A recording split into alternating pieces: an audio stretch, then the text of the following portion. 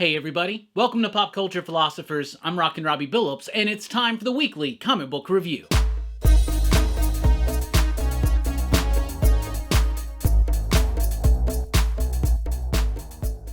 That's right, everybody. Thanks for checking out the video. I am Rockin' Robbie Billups. This is the weekly comic book review. It's the show I read a lot of comic books, and I'll let you know what I thought about them. But first, I want to invite you to like this video, share this video with someone who you think may enjoy it, and subscribe to the channel if you haven't already. It really does help us out. But we always start with the pick of the week, and this week's pick of the week, Do a Powerbomb number 6. This book continues to deliver. It continues to impress. So this is from Image Comics, written and illustrated by Daniel Warren Johnson, with coloring by Mike Spicer, lettering by Russ Wooten, the letterer, by the way, of Firepower, who's doing an amazing job over there. So Russ Wooten is a really good, solid letterer as well.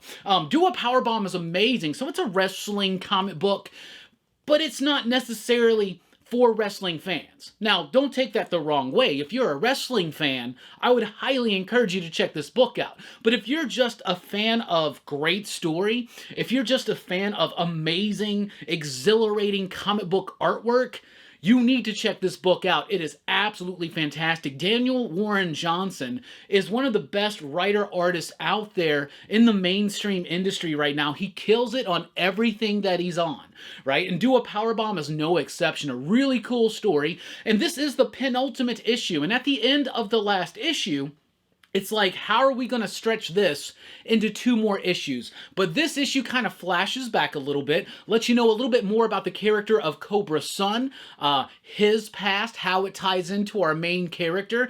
So you get a lot of backstory here, but it's all very emotional, it's all very grounded, and it's all very weighted. Plus, once again, you got insane artwork from Daniel Warren Johnson. Dynamic, kinetic, energetic. Those words mean the same thing, basically. What that's trying to say is that this book, the artwork, leaps out of the page, grabs your ass, and it does a power bomb to your reading experience.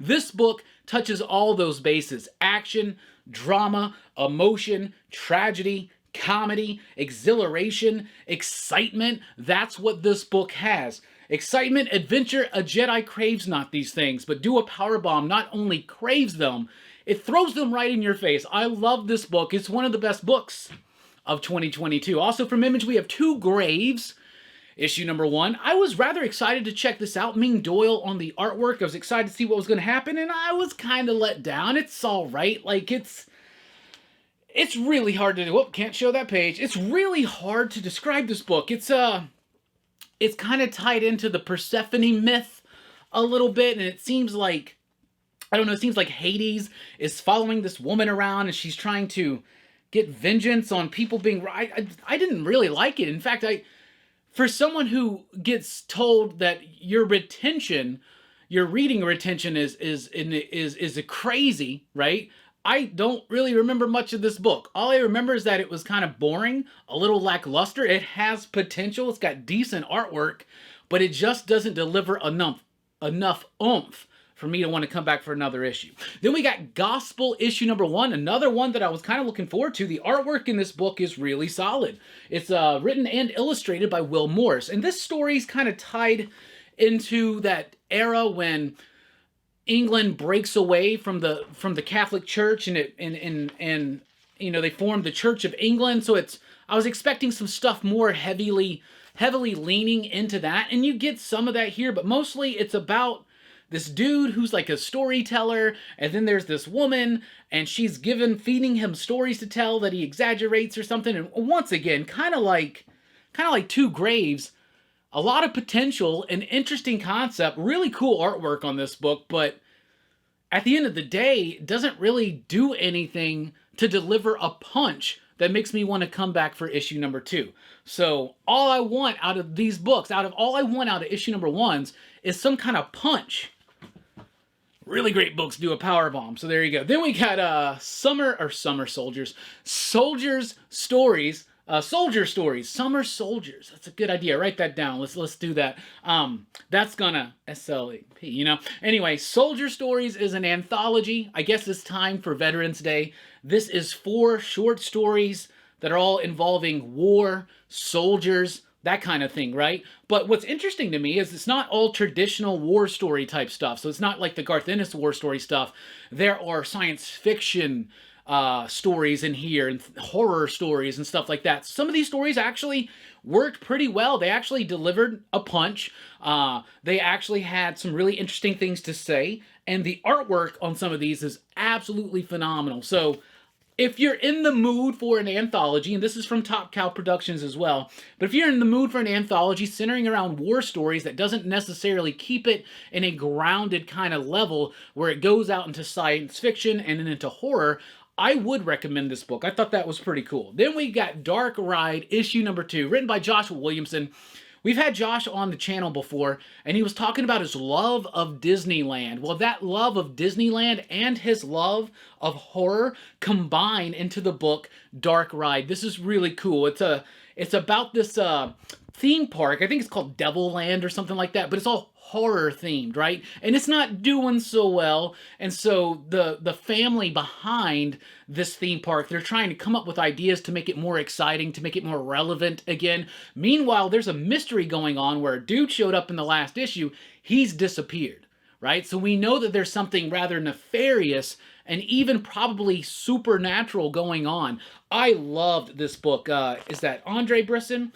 Yeah, Andre Brisson on the artwork. I believe that this is the same artist from Birthright, which was a really cool book from Josh and Andre, but I never actually finished that series, so I need to get into it. That book was really long running, but this is really fun. It's got a lot of charm to it. It's funny, but it's got some interesting twists, and when we get to the end of this issue, I'm rather excited to come back for issue number 3. Then we got Kaya? It's by Wes Craig with artwork, or with coloring by Jason Wording, and world design on the lettering. This was a fantastic issue. I thought the first issue was all right. It's about this young lady, and she's got her brother. They're in this fantasy world. There are these lizard men running around. You know, not like the lizard men right now that everybody's voting for today. Just kidding. Just kidding. I don't believe in reptilians or anything like that. I do believe in reptiles, though. I've seen a reptile in person. They freak me out. Anyway, Kaya, however you say this was a really solid issue. I thought it actually improved on the momentum established in the first issue. So basically, Kaya has formed an uneasy alliance with the Lizard Riders, but will a flash flood and a dangerous hunt for food with the treacherous Zothon push Kaya past her breaking point? First of all, I love the design here. I love a cover that's giving us something striking. It's an image that stands out on the shelf because of the way it uses composition and color. I know there's a little bit of artwork there. Some people think that's cheating, but it's not. This is design savvy right here. The big, bold red for the lettering. And then right here, you get a little of a synopsis, and that's cool. I like having that on the front because when people are drawn to this visually, then they read that and they look through it. This is amazing artwork. Wes Craig was the artist on Deadly Class, and this is absolutely fantastic. I love the story. I'm down for it. It's rather simple, but the artwork really levels it up to another level. I really like this book. I thought it had a lot of charm. I thought it had a lot of cuteness as well as danger. So Kaya. It's got to be Kaya, right? This book's awesome. It hits. We're going to say that. Spawn is here with issue 335. This was an okay issue of Spawn. You know, Barbary here on the artwork. There were moments like a year ago where the artwork was shining. It was giving us those like double page spreads that just like wow you, and that's like what Spawn is known for. I remember Todd in an interview or something said one time that he realized all you have to really do in a comic is give like 1 to 2 to 3 major visual things and people are going to be excited. I feel like we're losing that in Spawn right now. It's becoming rather pedestrian. It's getting a little bit too mundane. This issue is all right. It's about Nyx kind of going into Al's mind, trying to find out how to activate the dead zones. So there's that. But the most intriguing part of this story is that Sin is still having his confrontation with Clown over at Omega Island, and that's some interesting stuff. So I really wish we could get some more power on the artwork here. I'm not saying that we need an artistic change, but it just feels artistically a bit uninspired compared to where this exact same book with the exact same team was like 6 months to 12 months ago. Then we've got Skybound Presents After School issue number 4. Yes, issue number 4. I really loved this single issue. I'm liking this series, actually. What After School is it's like message-oriented, after-school special type stories, but for adults. But they do involve kids, so they present themselves like an after-school special, but for adults. So it means that there's language, there's sex, there's violence, there's grotesque things happening. This one's about a teacher who tries to inspire students to come together and help each other by forming a club that eventually turns into some kind of cult. It gets way beyond his control and it kind of takes a life of its own. I really like this issue. It's an anthology. Each issue is one and done. You can just read this one. Leon Hendricks III is the writer. Eric Sawatsky is the artist. Fabiana Mascolo is the colorist. And Pat Proso is the letterer. This was my favorite issue of After School yet. And After School has been one of those books that continuously impresses me issue to issue. I liked that. Then we got The Knight and the Lady of Play.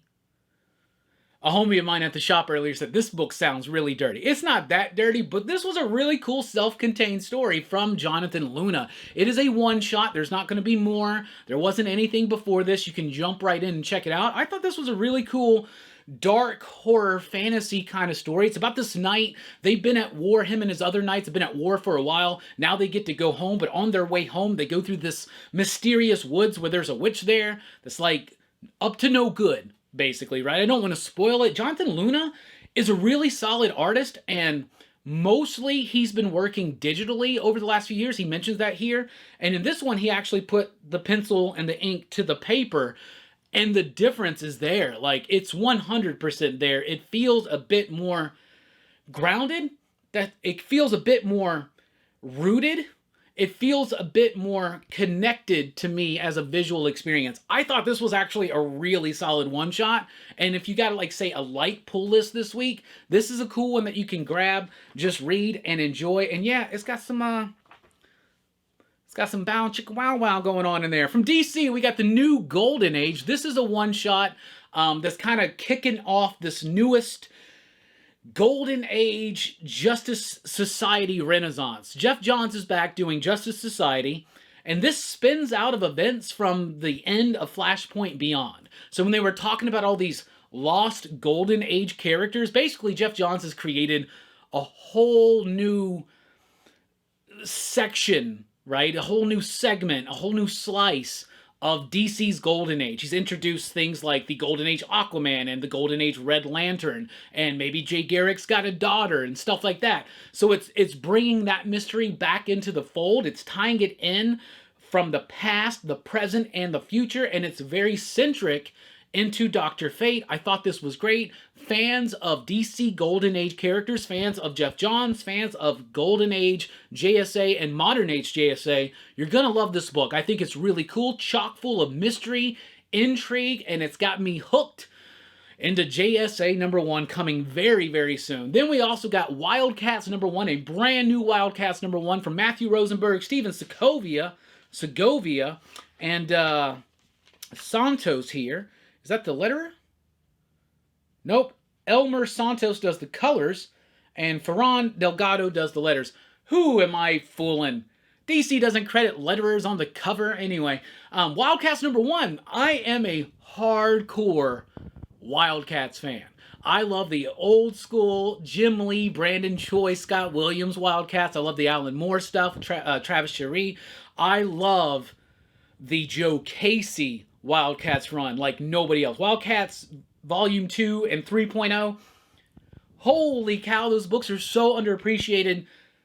So whenever there's a new attempt to do Wildcats, I'm excited, but I'm also coming across it with a little bit of trepidation, right? I'm kind of nervous, okay? Because now the Wildcats are once again trying to be firmly fit into the DC universe. I don't think that typically works.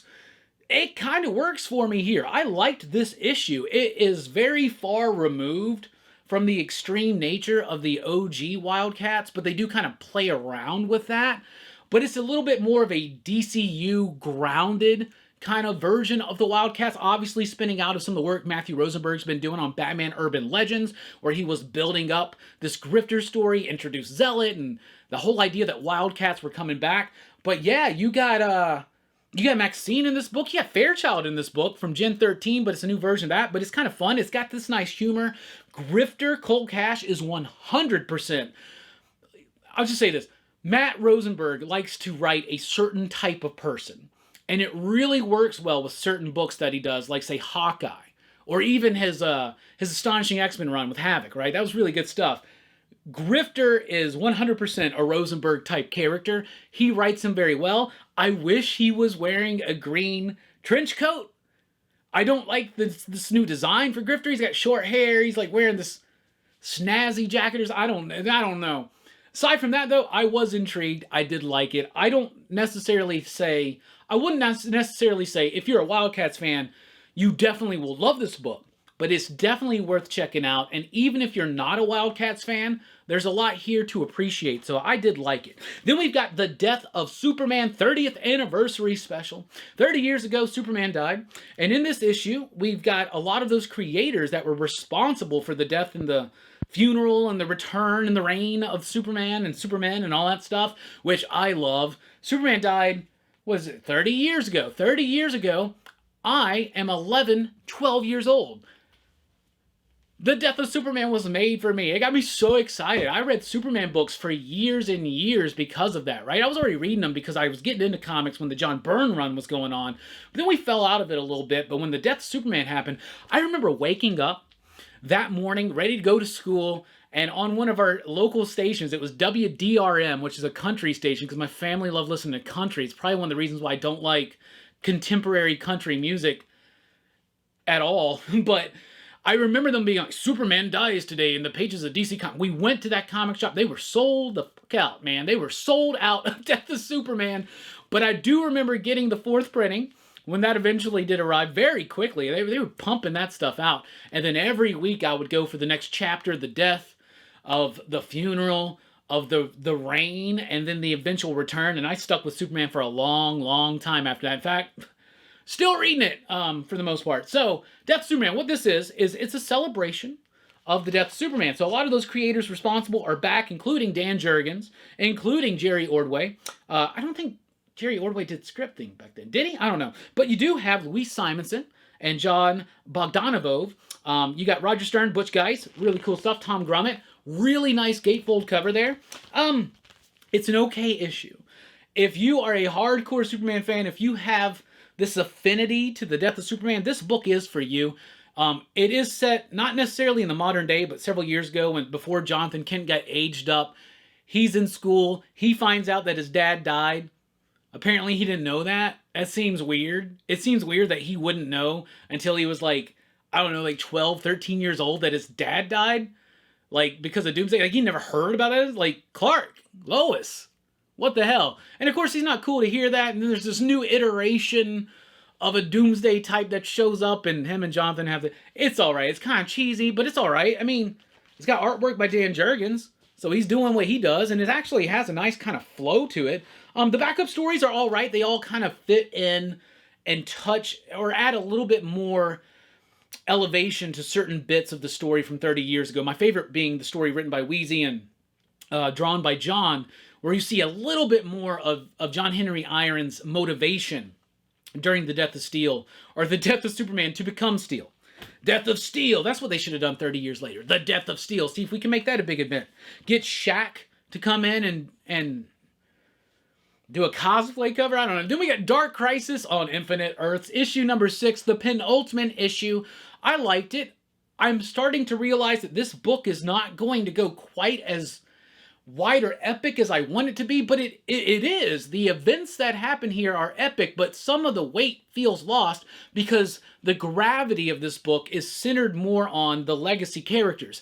This is a crisis for the Teen Titans generation, and the way that this all kind of wraps up and sets up the final issue, That is what this is. This is the crisis event for fans of Wolfman and Perez's Teen Titans. That's what this is. I've never really read that. I never was that connected with characters like Deathstroke or the Teen Titans. This is a book celebrating legacy, but not showing, like, a lot of people complain about the new characters coming in. Oh, they're trying to replace the old characters that we love with these new characters that we don't. This book is accepting the new characters as part of a legacy, but it, especially this issue, shows the supreme importance of those original characters. So I like this book. I understand it's not going to be for everybody. I don't think it's as grandiose or as impactful as other crisis events have felt, but I have enjoyed it. I feel like this is one of the most grounded crisis events out there, and out of all the DC crises, this is the one that seems to be the most character-focused. But I am enjoying it. So there you go. Batman vs. Robin, issue number 3, $5.99, but there is a lot of story here, and this was a gut punch of a book. I really like this one. It kind of got me a little emotional. In these recent issues, we've had the return of Alfred. We're seeing some ramifications from that. Damian has been twisted and changed by that devil character from the World's Finest that was setting all this stuff up, and plus his grandmother, who is, I can't remember her name right now. Let's just call her Grandma Al Ghul, right? G-Ma Al Ghul. I like this book. I like this book a lot. And in this one, Batman's having to go up against other Robins, including Dick Grayson, Stephanie Brown, Tim Drake, Jason Todd. I say including, those are the other Robins. But he's also having to go up against a brutal truth that neither him nor us want to recognize or be ready for, and Mark Waid doesn't care. He's just going to pull the rug out from under us. I liked that issue. I'm really liking that book. It's setting up the Lazarus Island stuff, but I'm really liking it. Batman Incorporated, issue number 2. Solid issue. John Timms on the artwork here. Artwork is amazing. It's got a flow. It's got a vibe. It's got an energy to it that I really, really like. Someone is going around and killing all of the former mentors of Batman and Ghostmaker. And Ghostmaker's now the new leader of Batman Incorporated, and they're trying to solve this mystery. He has split up the team. Everybody's going to a different former mentor, and I just really liked it. Had me compelled, had me engaged, and I was intrigued all the way throughout. Really cemented and anchored, though, with some really great artwork. Then we got The Nice House on the Lake, the 11th issue, which is the penultimate issue. And I said this last month, this book got so sporadic in its schedule, I have lost place. So many characters, a very intense story, so many characters involved, and last issue I was finding it hard to place where I was in the story. In this one, it irons some of that out. We are reaching an end game. They are doing things that I wasn't expecting to happen. James Tynion is crafting a really cool book here that I think is going to work incredibly well read as a one-and-done graphic novel or something like that. The art, though, by Alvaro Martinez Bueno in here, and Jordi Belair on the coloring. Coloring solid. Art feels a bit rushed. This book's obviously gone late. Tynion doesn't seem to pump out late scripts, so seems like maybe the art fell a little bit behind, so that's kind of rough at times, but not rough in a way where it's bad. Like, the art's really cool throughout the issue. I'm liking the story, but I am ready for this to wrap up, but it seems like it's going to wrap up pretty freaking well. Let's jump over to Marvel, where I think we got a new Fantastic Four book. And yes, here it is, Fantastic Four number 1, with a brand new creative team, a brand new number 1. So this is basically Marvel telling you, jump in on Fantastic Four right the F now if you're anticipating the newest Fantastic Four movie that's coming, and I'm excited. Now, Fantastic Four is my favorite ongoing superhero comic of all time. I have been obsessed with the Fantastic Four since I was 5 years old. I love this team. I love these characters. And so here we go. This is the book that no matter what, even if I think it's absolute and utter garbage and shit, I will still buy, because I hope to one day have an entire run of Fantastic Four. I do got some of those keys, but I don't have an issue number 1, 2, 3, or 4. And I definitely need those. But Fantastic Four number 1, I guess I do have a Fantastic Four number 1 now. I guess I have a few of them. Ryan North is coming in as the artist. Aban Coelho is the artist. Ryan North is the writer. It's okay. This would be a really solid random issue of Fantastic Four. Like if this was, say, issue 694 of the Fantastic Four, which it is 694. You know what that means? That means in just a few months we're getting an extra size 700 issue of Fantastic Four, which I'm excited for. But it's always annoying when they relaunch a title right before one of those legacy, like big anniversary issues. Anyway, aside from that, this is a very small, focused story on Ben and Alicia going on vacation and going to a small town, and there's a mystery to solve there. And it was good. I liked this issue. The artwork was all right, had moments where it shined. I don't think I like Coelho's thing that much. I really don't. I don't like the people that draw the thing with a really long, what's that part of your face above your lip and before your nose? Whatever this is called. Like between your lip, like where your mustache would lie. People that draw a thing with a really long one of those, I don't typically like that, but I can get over that, right? Because some of the other artwork's pretty solid. It was a really well-crafted story. I liked the script. I liked the structure. The problem is, it's not a great first issue of Fantastic Four.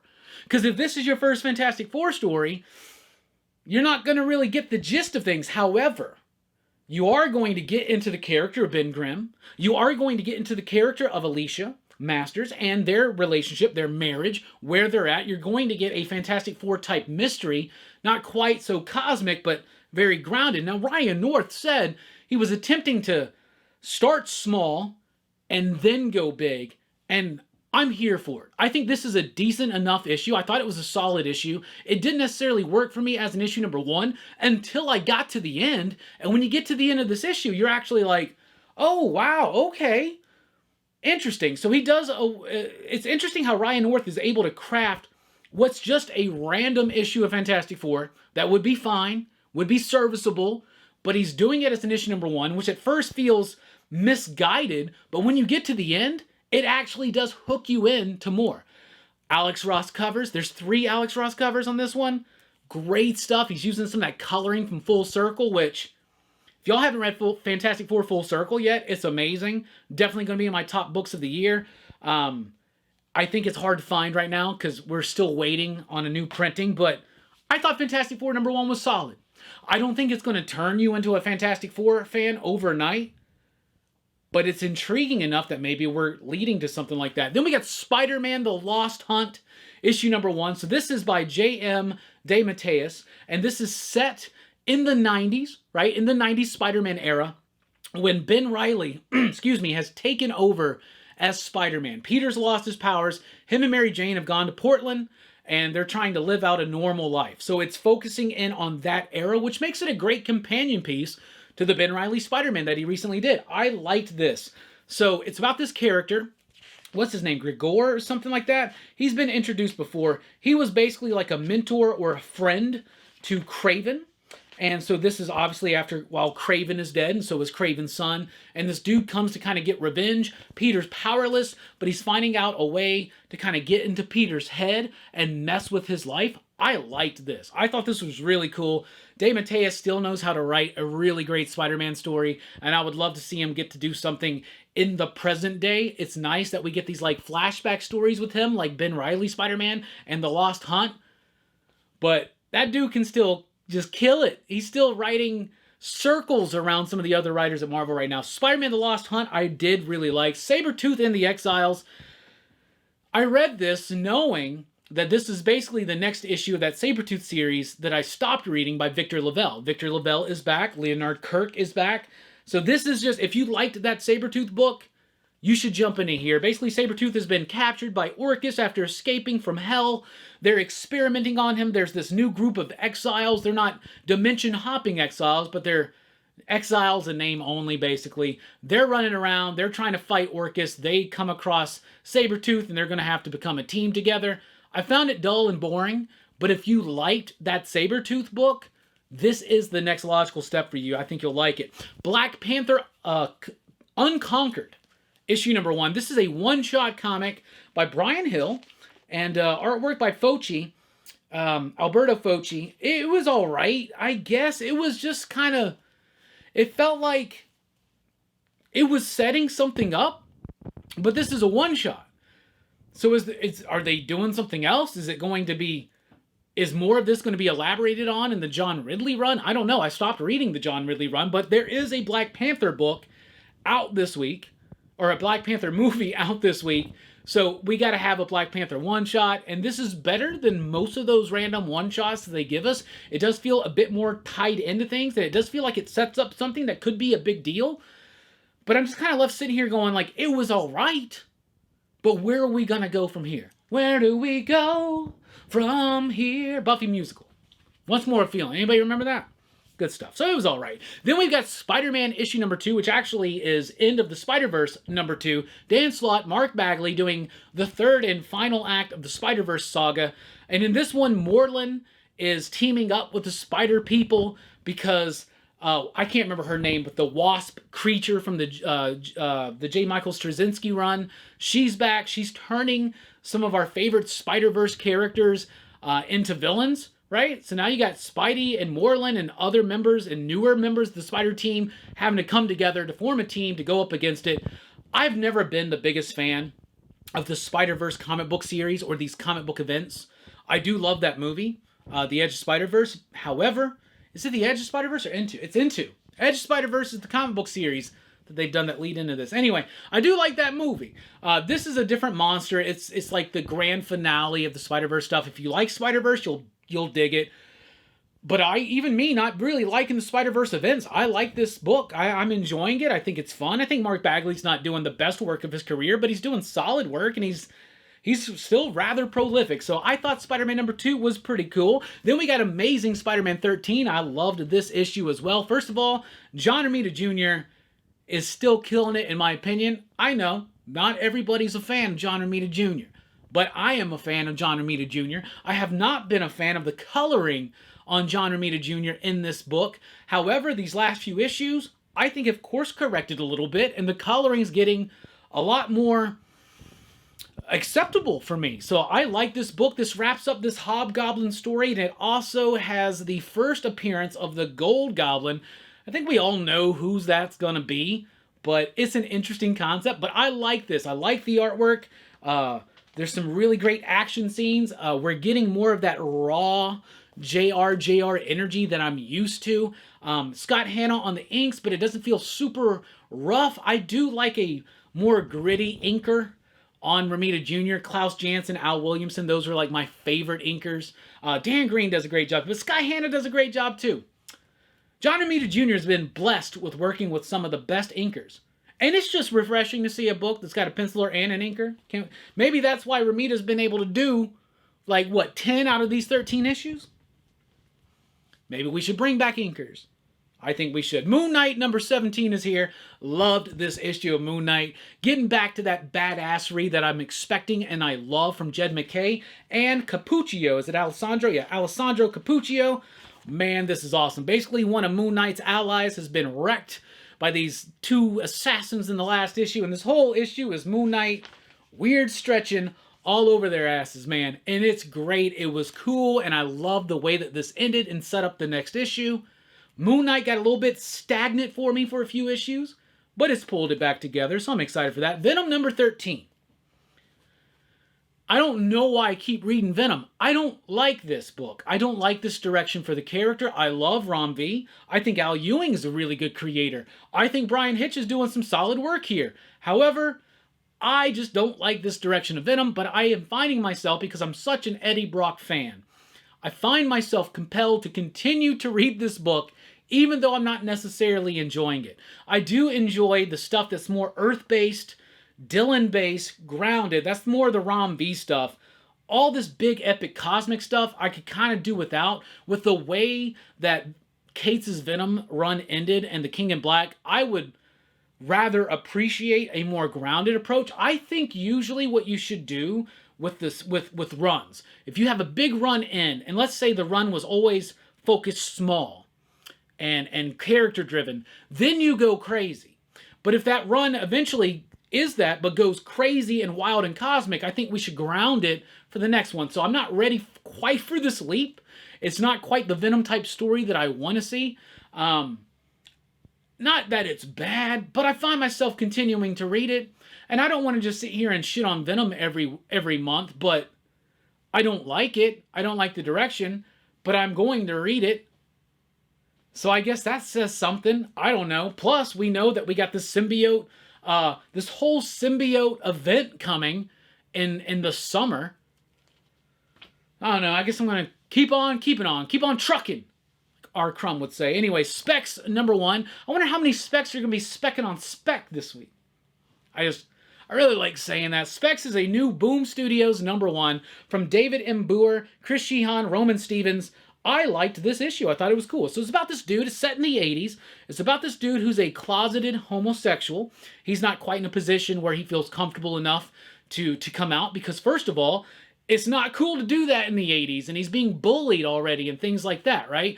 Plus, he's kind of got the hots for his best friend, but his best friend doesn't know, right? So there's that kind of drama going on. And I actually like the way that was approached. I feel like this is a rather personal story from David, and I really appreciate that. Then we got this idea that he's inherited this batch of old comics from his brothers, moved out. He's got this box of old comics. And in this comic box, he finds a comic with this comic that's having an ad for these magic specs.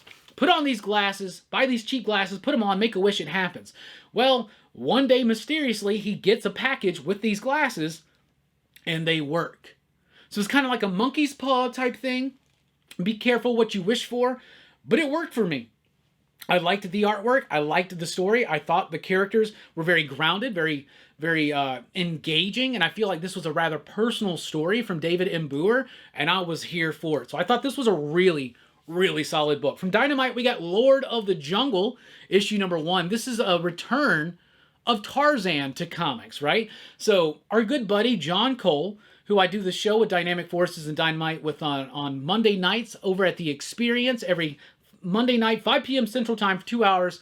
I'm there with John and Rex from Dynamite and Dynamic Forces, and John has been trying to get Nick Barucci to do a Tarzan book for a while. He tries to get Nick to do a lot of stuff, but here we go. We got a new Tarzan book. I loved this issue. It's written by Dan Jurgens. It's got artwork by Francisco Sakala. The artwork is cool. It is classic. It is old school feeling. I do not have much history with Tarzan books. I've only read a handful, but this did a great job of basically kind of retelling the origin of Tarzan. So most of this book is retelling that. So it's a really new reader-friendly approach to it. And then it gets to an ending. And even though I haven't read a whole bunch of Tarzan comics, I am familiar with this legend. I've seen movies and all that kind of stuff. I have not seen a Tarzan story go in the direction that this one goes into at the end. And I'm excited to see what happens.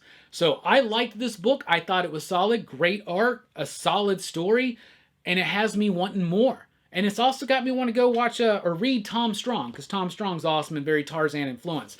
Garbage Pail Kids Origins issue number 2. Big dumb fun. We like to call that gigantic moronic splendor. If you're a fan of the Garbage Pail Kids, you definitely need to check out this book. It's trying to take all of these ideas of the Garbage Pail Kids and make them an actual story. Have there be a reason for them to come together. You got good guys, you got bad guys. They're discovering their powers. The big villain is Nasty Nick, who is my favorite Garbage Pail Kid. He was the vampire. So I like this book. I have a lot of fun with it. And y'all, the artwork on this book is better than you would think, because it does have that cartoony approach, but it's got some really great use of like cross-hatching and stuff, which gives it a very, I don't know, earthy's the wrong word, but it gives it a very kind of, I've been saying grounded too much today, but it gives it a very like rough edge to it that I really appreciate. Then we got a Dark Interlude issue number 5. This is the final issue of the sort of sequel to Fearscape.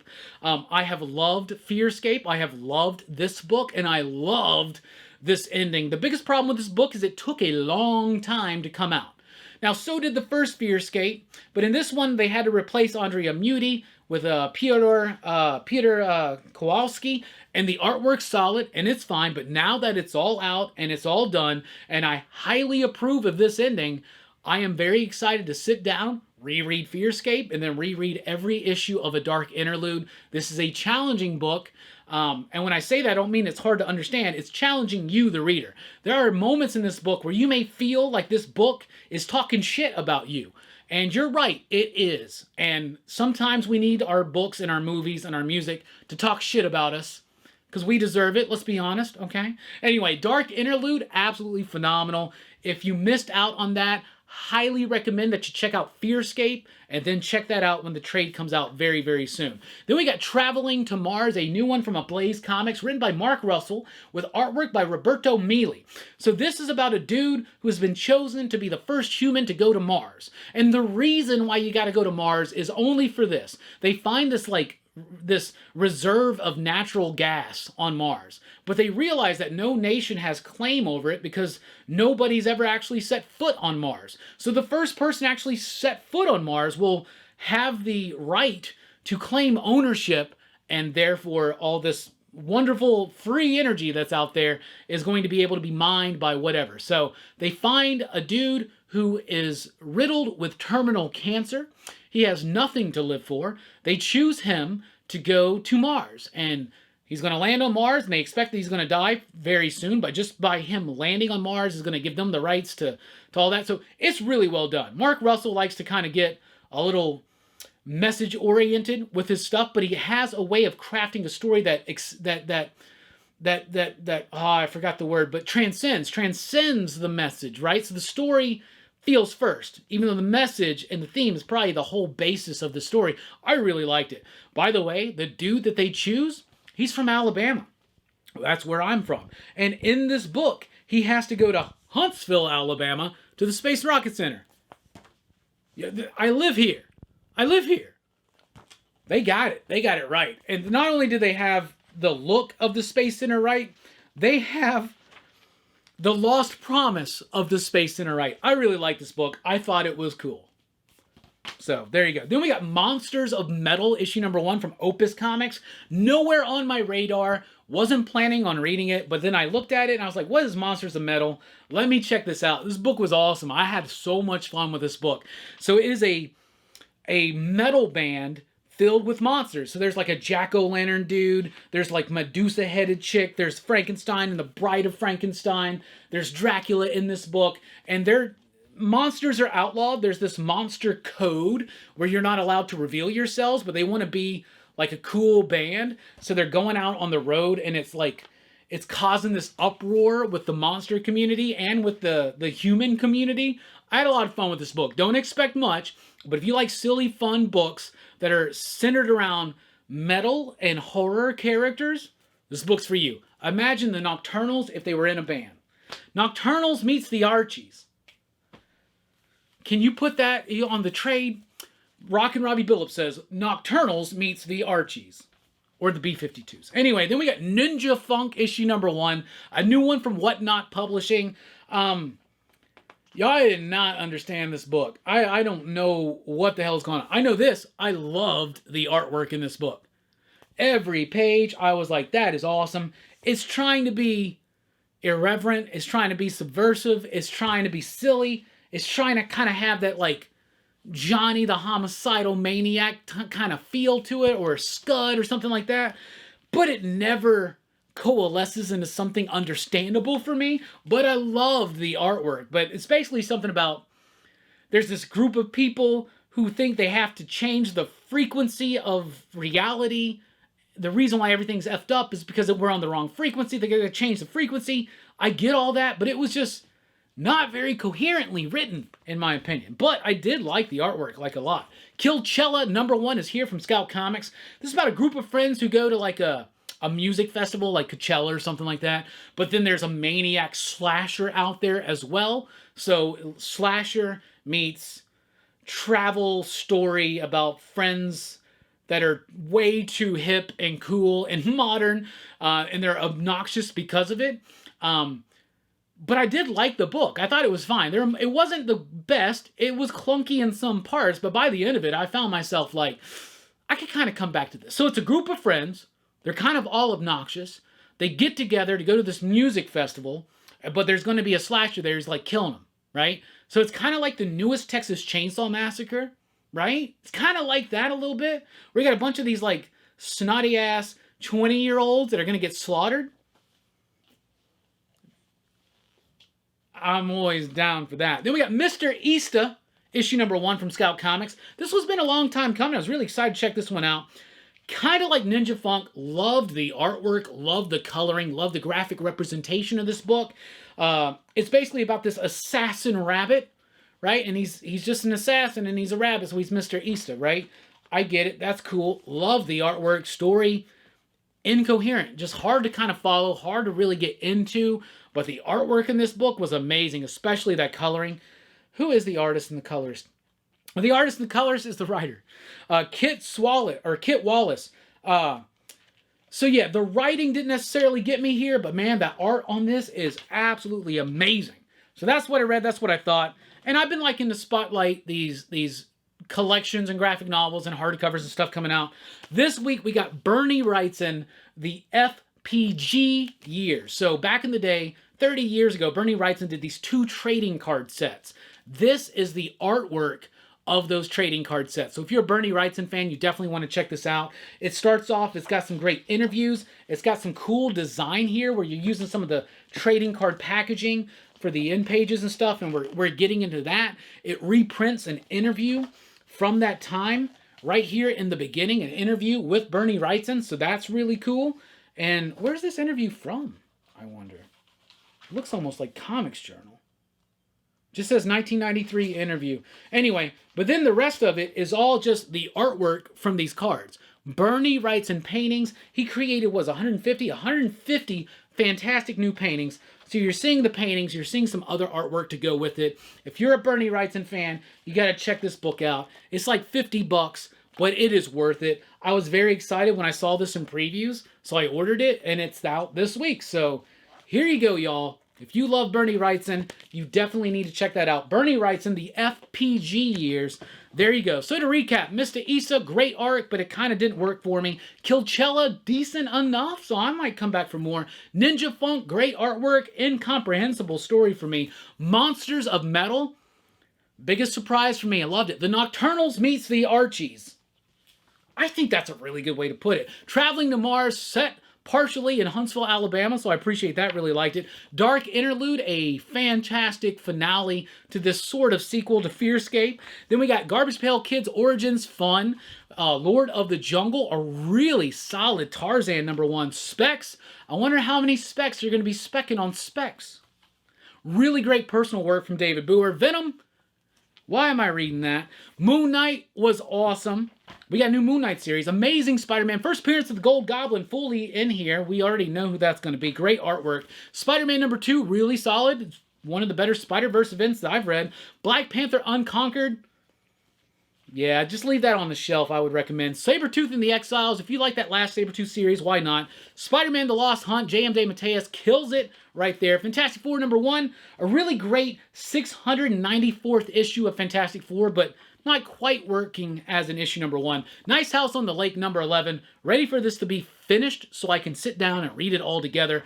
Batman Incorporated, high energy, great story. Batman vs. Robin, it gets you, man. It's like Youngblood 2. Youngblood 2, Young Guns 2, Youngblood 2, Young Guns 2. Dark Crisis, issue #6, the penultimate issue. Solid, solid. Maybe not quite as epic as we want, but Death Superman 30th anniversary for the most hardcore Death Superman fans. Wildcats #1, I would recommend that book. Check it out. I wish it was a little bit more 90s. New Golden Age was really great. Probably my favorite DC book that I read this week. Then The Knight and the Lady of Play sounds dirty, but it's actually a really solid one-shot comic. After School #4 was awesome. Spawn was all right. Kaya? This book was awesome. I loved it. Dark Ride was awesome. I loved it. Soldier Stories was actually pretty decent. Do a Powerbomb, though, was the pick of the week. What are those two books? Oh, Gospel and Two Graves. Those are skippable. Do a Powerbomb, though. Love it. That's what I read. That's what I thought. What are you reading? What are you thinking? What are you digging? Let us know in the comments down below. Thank you so much for checking out this video. Join us at Dylan's Horror Show on Saturday night for Kingdom of the Spiders and Eight-Legged Freaks. I am so excited for this show. Note the sarcasm there. Sunday night, we return with Rockin' Robbie Live. And then PCP Movie Night on Monday night. We're going to be talking about The Godfather, with people who have never seen it. Perry and Brooks have never seen The Godfather. So I was like, well, you got to watch it. And you got to join us for a conversation. So there you go. Anyway, also, we just recently had interviews and conversations with John Lees and Joe Mulvey. They got a new book coming out, Last Ride, A Pillar in Pride. It's awesome. Check out that conversation. Super fun conversation. And we had Alex Packnadell back on the channel to talk about his new book, All Against All, which I've read. And y'all, pick of the week, contender for when it comes out. That book is awesome. It punches. I'm avoiding it. Anyway, I've been Rockin' Robbie Billups. Thank you so much for watching. Thanks for rocking with us. Keep on reading. Like, share, subscribe. Station. Pop, pop. Boom!